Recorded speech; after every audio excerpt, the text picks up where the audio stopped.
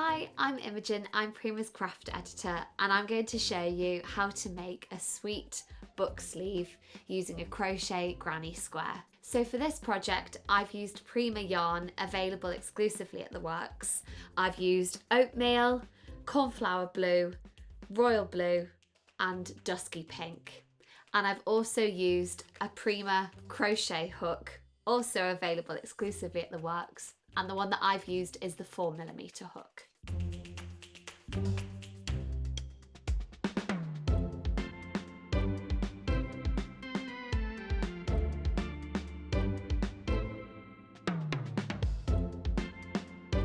Don't forget, when you come to the end of each round of your granny square, you can either weave in the ends or tie off and give them a snip, whichever you prefer.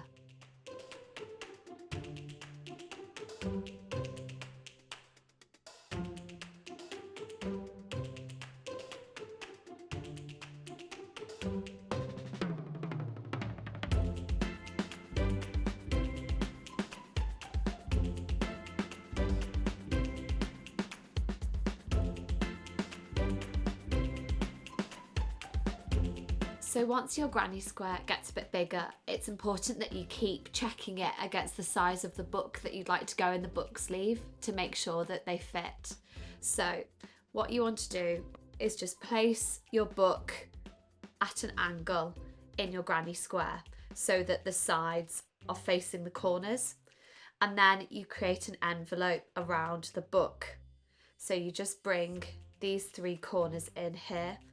And I think this looks about right for this book. So I'm not going to do my granny square any bigger than this, which means it's time to edge it.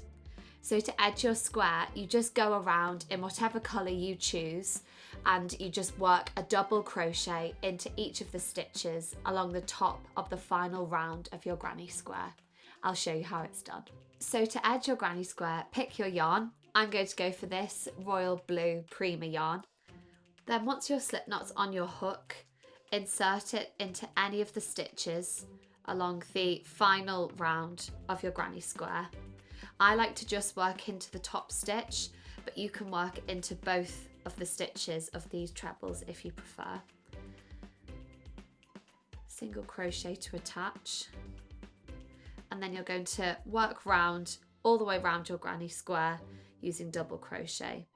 So insert your hook into the stitch, yarn over, pull through, yarn over, pull both loops through. Let's do that again. Insert your hook into the stitch, yarn over, pull through, yarn over, pull through both loops.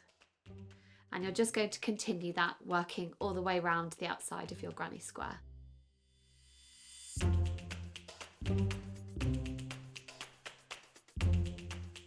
So once you've stitched all the way round your granny square to make that lovely edging, it's time to stitch it together to create the envelope shape. So to do that, you're going to turn your square over so that the wrong side faces up. And then you're going to take three corners of the square and bring them into the centre. And it's these two rows here that you're going to stitch together. So once you've got you've got your slip knot and your two stitches from the two corners of your granny square on your hook, you yarn over and pull all of those three stitches through. And you're going to repeat that all the way along this row here. So insert your hook into the next stitch on both sides, yarn over and pull through all three stitches on the hook.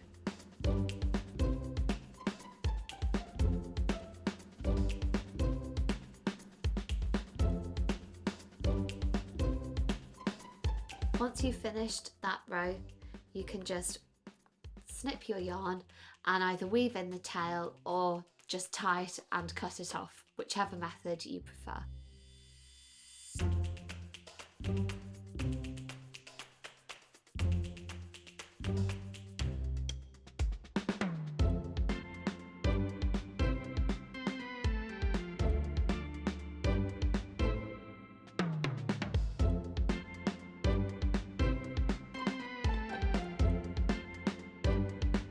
time to put the button on the front of your envelope once you've stitched both of those edges.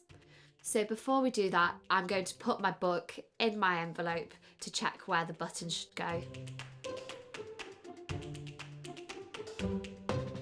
I'm going to use embroidery floss to attach my button to my granny square, or you can use cotton thread if you prefer.